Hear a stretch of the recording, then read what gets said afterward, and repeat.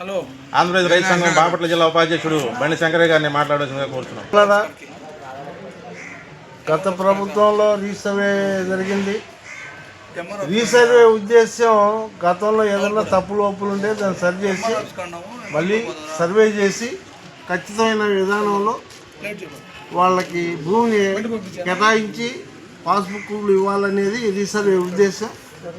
కానీ ఇక్కడ సాగులో ఉండి సబ్ డివిజన్ అయిన లెటర్లనే తప్పు చేసి 10 సెంట్లు ఇంకొకళ్ళు కలిపి ఇంకొక 20 సెంట్లు ఇంకొకళ్ళు కలిపి తగాదాలు సృష్టించి పరిష్కరించకుండా వాళ్ళ చుట్టూ తిప్పడానికి ఈ సర్వేలు చేస్తున్న విధానాన్ని ప్రభుత్వం దృష్టికి తీసుకెళ్ళినా కూడా నిమ్మక నీరెత్తినట్టు ఉంది. పైన చంద్రబాబు గారు ఏమన్నా మేము సర్వే తప్పుల్ని సరిచేస్తామంటున్నారు. ఇంత మటుకి ఎక్కడ చేసింది లేదు. సర్వేలో వస్తారు, మాకు అప్లికేషన్ ఇవ్వమంటారు, తీసుకుంటారు. ఇప్పుడు మాకు పెదనందిపాడు ఏరియాలో మండవలీలానందరావుకి రోడ్డు సైడ్న 50 లక్షలు ఖరీదు చేసే పొలంలో 10 సెంట్లు తగ్గించి 20 లక్షలు ఖరీదు చేసే దాంట్లో 10 సెంట్లు పెంచి ఇచ్చారు. అంటే నీకు ఏరియా సరిపోయింది కదా అన్నారు. అంటే ఈ లాస్ 3 లక్షలు ఎవరిస్తారు? నీవు ఉండ చోట ఉండ భూమి ఇవ్వండి. వాళ్ళు అన్నదమ్ములు రాసుకున్న డాక్యుమెంట్ ఉంది, వాళ్ళ భాగస్తులు ఒకే సర్వే నెంబర్లో ఉండాలి. అందరికీ అడంగుల కాపీలు ఉన్నాయి, దానిలో ఏ తేడా లేదు. అప్లికేషన్ పెట్టిన తర్వాత సర్వేర్ గారు వచ్చాడు, ఎల్పీ నెంబర్ ఇక్కడ దాకా ఉందండి, ఇక్కడ దాకా ఉందని చెప్తారు. ఎల్పీ నెంబర్ ఇక్కడ దాకా కాదు.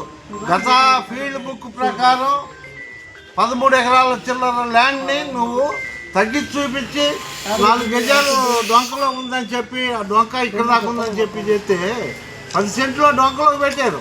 ఇది సరైన పద్ధతి కాదు. కావున ఇటువంటి చాలా సమస్యలు ఉన్నాయి. అందరు ఈ సమస్యలన్నింటి పరిష్కరించకపోతే లక్షల రూపాయలు ఒక్కో రైతుకి, ఇప్పుడు అతనికి మా లీలాంధ్రాకు 3 లక్షల రూపాయలు డ్యామేజ్ వచ్చినట్టే.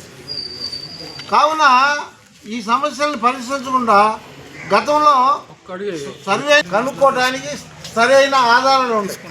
ఇవాళ ఎల్పీ నెంబర్లో బౌండరీలు రాయటమే కానీ ఎక్కడ ఏ లొకేషన్లో ఉంది, దాని నెంబర్ ఏది ఉంది అనేది కూడా చెప్పే పరిస్థితుల్లో లేరు. గతంలో మన సర్వే నెంబర్ ఒక దాంట్లో 4 ఉన్నాయి, 5 ఉన్నాయి. అదేమైనా తేడా పడితే ఆ 4 కూర్చోబెట్టి ఒకసాట ఆ ఫీల్డ్ మొత్తం ఉందా లేదని తేల్చడానికి ఒక జీ లైను అవతల ఫీల్డ్లోకి ఎంత దూరంలో ఉంటుంది, ఇంకా కొన్ని నెంబర్లు వేరేగా ఉన్నాయి, వాటి నుంచి ఎంత దూరంలో ఉందని ఈ కొలతలు ఉండేవి. అది పకడ్బందీగా ఉంది. దాన్ని మార్చేసి ఏదో కొత్తగా కనుగొన్నట్టు తీసుకొచ్చి ఎల్పీ నెంబర్లో ఒకటి పెట్టి ఈ ఎల్పీ నెంబర్ల ద్వారా నీ భూమి ఎక్కడుందో కూడా తెలియదు. ఎల్పీ నెంబరే కనపడింది కానీ భూమి ఎక్కడుందో కనుక్కోవడానికి వీలు లేకుండా పోయింది.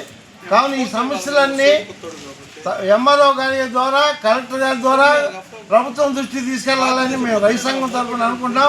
రైతు సోదరులు అందరూ దీంట్లో భాగస్తులై మీ సమస్యల్ని మా దృష్టి తీసుకొస్తే మొత్తాన్ని కలిపి కలెక్టరేట్కి ప్రభుత్వం దృష్టికి తీసుకెళ్లాలని మేము అనుకుంటాం. మీరందరూ మాతో సహకరిస్తారని మేము కోరుకుంటాం. ఈ అవకాశం ఇచ్చినందుకు మా పెదనందిపాడు మండల రైతు సంఘం వాళ్ళకి అభినందనలు తెలుపుతూ రైతు సోదరులందరూ దీంట్లో పాల్గొనాలని కోరుకుంటున్నాం.